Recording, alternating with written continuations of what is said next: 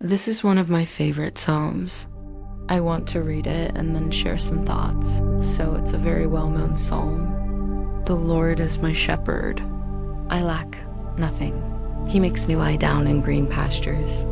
He leads me beside still waters. He restoreth my soul.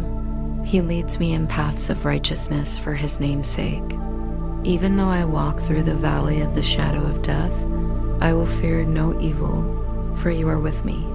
Your rod and your staff, they comfort me.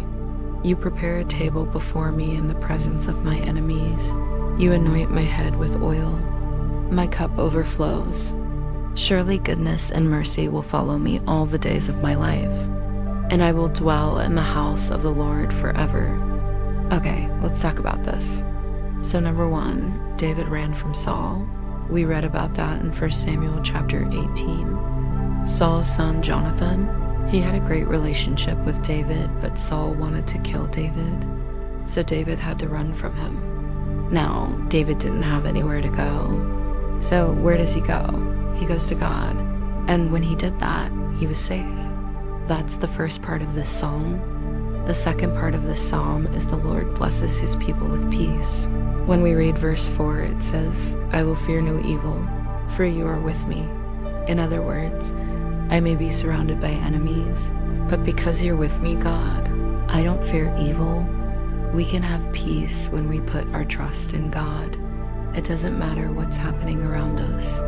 It doesn't matter how bad things look. If we know that God is on our side, we can have peace.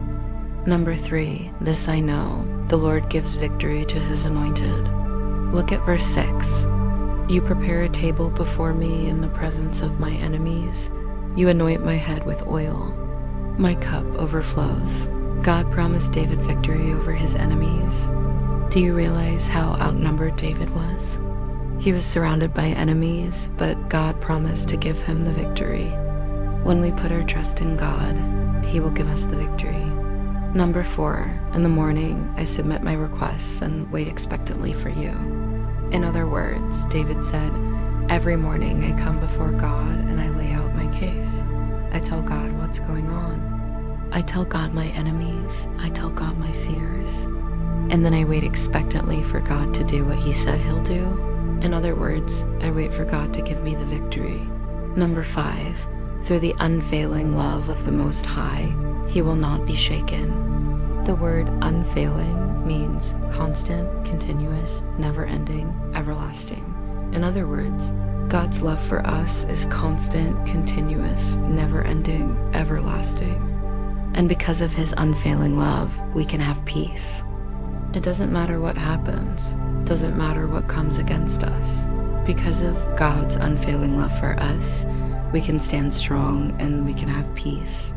Now, in the comments, I want you to write down this truth, this word, the unfailing love of the Most High.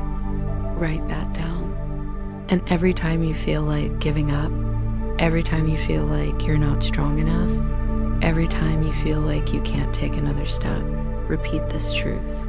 Say, by the unfailing love of the Most High, I will not be moved. By the unfailing love of the Most High, I will not be shaken. I pray this over you right now. I declare this over your life in Jesus' name. By the unfailing love of the Most High, you will not be shaken. In Jesus' name, I've declared it. Now believe it and receive it. And so it is.